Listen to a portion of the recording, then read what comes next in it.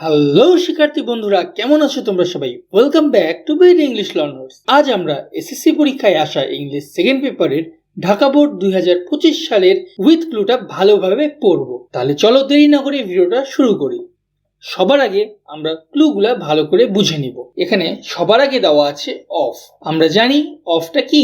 একটি প্রিপজিশন যার অর্থ এর, থেকে বা সম্পর্কে। তারপরে আছে আউট, এর অর্থ হচ্ছে বাহিরে বা বাহিরের দিকে। তারপরে আছে অ্যাঙ্গেলার্স, এর অর্থ হচ্ছে জেলেরা বা মাছ শিকারকারীরা, এটি একটি প্লুরাল নাউন। তারপরে আছে ইনটু, ইনটু এর অর্থ হচ্ছে ভেতরে বা মধ্যে, এটিও একটি প্রিপজিশন। তারপরে আছে অন, সেম, এটি একটি প্রিপজিশন, এর অর্থ হচ্ছে উপরে বা নির্ভর করে, নির্ভর করে বা উপরে। চলো আমি তোমাদের একটি উদাহরণ দিয়ে বুঝাই।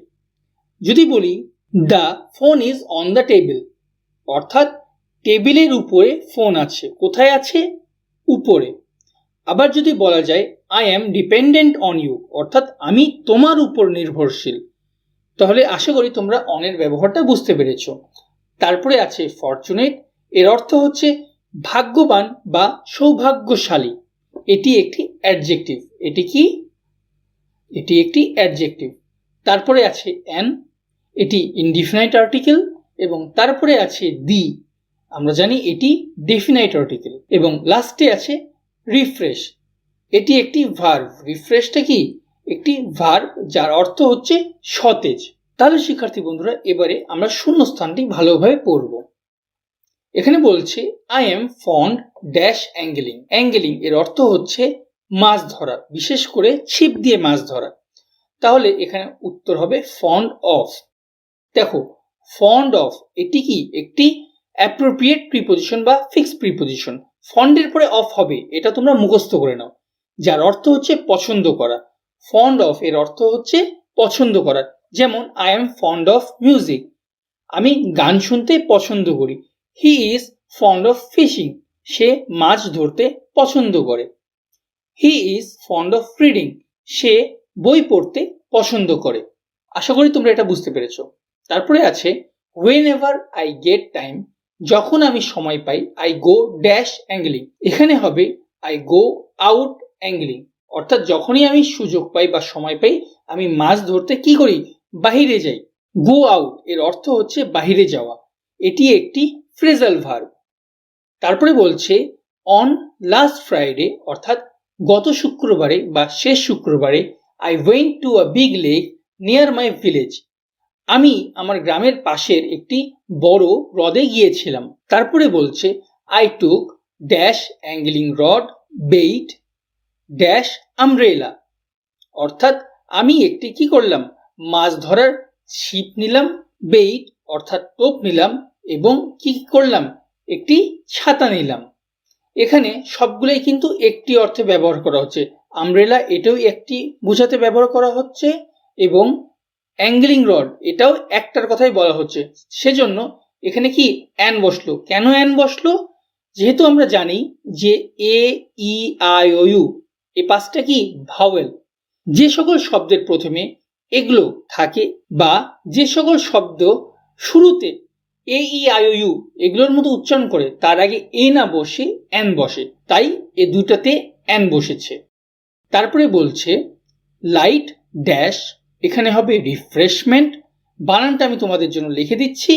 বানানটা হবে R E F R E S H M E N T S, refreshments, অর্থাৎ হালকা নাস্তা, লাইট রিফ্রেশমেন্ট। যদি এর সাথে লাইট অর্থ যোগ করি, লাইট শব্দটা যোগ করি, এর অর্থ হচ্ছে হালকা নাস্তা। লাইট রিফ্রেশমেন্ট এর অর্থ কি? হালকা নাস্তা। তাহলে লাইট রিফ্রেশমেন্ট, হালকা নাস্তা, and some other necessary things for angling, এবং কিছু প্রয়োজনীয় জিনিস মাছ ধরার জন্য। তারপরে বলছে I went there in the morning and spend the whole day, অর্থাৎ আমি সেখানে সকালে গিয়েছিলাম এবং সারাদিন কি করেছিলাম? সেখানে অতিবাহিত করেছিলাম। I threw the hook with the bait at about 8 AM into, এখানে উত্তর হবে into the lake, but no fish took the bait. অর্থাৎ আমি কি করেছিলাম, সকাল 8টার দিকে ছিপ ফেলেছিলাম। কিসে ফেলেছিলাম? নদীতে। আমরা জানি ইনটু এটি হচ্ছে মধ্যে বা ভেতরে, তাহলে লোকটি কি করেছিল, পানির ভেতরে, লেকের ভিতরে কি করেছিল, টোপটি ফেলেছিল, তাই এখানে ইনটু বসবে। তারপরে বলছে I got a little disappointment, আমি একটু হতাশ হয়ে গেছিলাম। কেন হয়ে গেছিলাম? এখানে বলছে but no fish took the bait, অর্থাৎ কোনো মাছই টোপটা গিলি নাই, সেজন্য আমি কি হয়েছিলাম, হালকা হতাশ হয়ে গেছিলাম। when I was about to leave the place, যখন আমি কি জায়গাটি ত্যাগ করতে যাচ্ছিলাম, a big fish devoured এই শব্দের অর্থ হচ্ছে গ্রাস করা বা গিলে ফেলা। তাহলে বলছে যখন আমি জায়গাটি ত্যাগ করতে যাচ্ছিলাম একটি বড় মাছ কি করেছিল, টোপটি গিলে নিয়েছিল। এখানে দা হবে, কেননা এখানে নির্দিষ্ট টোপের কথা বলা হচ্ছে, সেজন্য এখানে দা বসবে। তারপরে বলছে I felt sprinted এর অর্থ হচ্ছে উৎসাহিত হওয়া। and let the hook loose for some time, এবং কিছু সময়ের জন্য সুতাকে কি করলাম, ঢিল ছাড়লাম। and then pull it out, এখানে হবে out, pull out এটা কি একটি ফ্রেজাল ভার্ব, এর অর্থ হচ্ছে কোনো কিছু টেনে বের করা। যেহেতু এখানে লোকটি কি করছিল, মাছটি টেনে বের করছিল, তাই এখানে পুল আউট হবে। তারপরে বলছে it was such a big fish that, এটি এতই বড় মাছ ছিল যে আদার অ্যাঙ্গেলার্স, অর্থাৎ অন্যান্য জেলেরা, এখানে কি হবে অ্যাঙ্গেলার্স, এই যে অ্যাঙ্গেলার্স আছে এখানে এটা বসবে, অ্যাঙ্গেলার্স গ্যাদার রাউন্ড দ্য ফিশ, অর্থাৎ মাছটি এতই বড় ছিল যে অন্যান্য জেলেরা কি মাছকে ঘিরে দাঁড়ালো। তারপরে বলছে dash I angled another 3 fishes and returned home with a happy mood, অর্থাৎ ভাগ্যক্রমে, এখানে ফরচুনেট আছে, কিন্তু দেখো আমরা যদি এখানে ফরচুনেট দিই এখানে কিন্তু মিনিংটা পরিপূর্ণ হচ্ছে না, তাই আমাদেরকে এখানে ফরচুনেটলি ব্যবহার করতে হবে। কেননা এখানে বাক্যে বোঝাচ্ছে যে ভাগ্যক্রমে বা ভাগ্যবশত, তাই ফরচুনেট এখানে হবে না, এখানে হবে ফরচুনেটলি। জাস্ট কিছু করতে হবে না, ফরচুনেটের পাশে একটি ly দিয়ে দিব, তাহলে ফরচুনেটলি হয়ে যাবে। ফরচুনেটের পাশে ly দিয়ে দিলাম, তাহলে কি হলো, ফরচুনেটলি হয়ে গেল এবং তা অ্যাডভার্বে পরিণত হলো, তাই এখানে উত্তর হবে ফরচুনেটলি।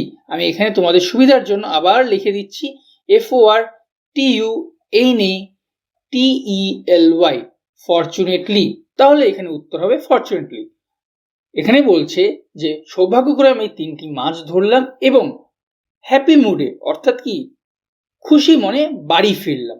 তাহলে শিক্ষার্থী বন্ধুরা, এই ছিল আজকের ভিডিও। আশা করি তোমাদের আজকের ভিডিওটি খুব ভালো লেগেছে। যদি ভালো লেগে থাকে তাহলে অবশ্যই লাইক দিবে, নিজের বন্ধুদের সাথে বেশি বেশি করে শেয়ার করবে যাতে তারাও উপকৃত হয়, কিপটামি করবে না, এবং কমেন্ট বক্সে জানাবে তোমরা পরবর্তীতে কোন টপিকের উপরে ভিডিও পেতে চাও।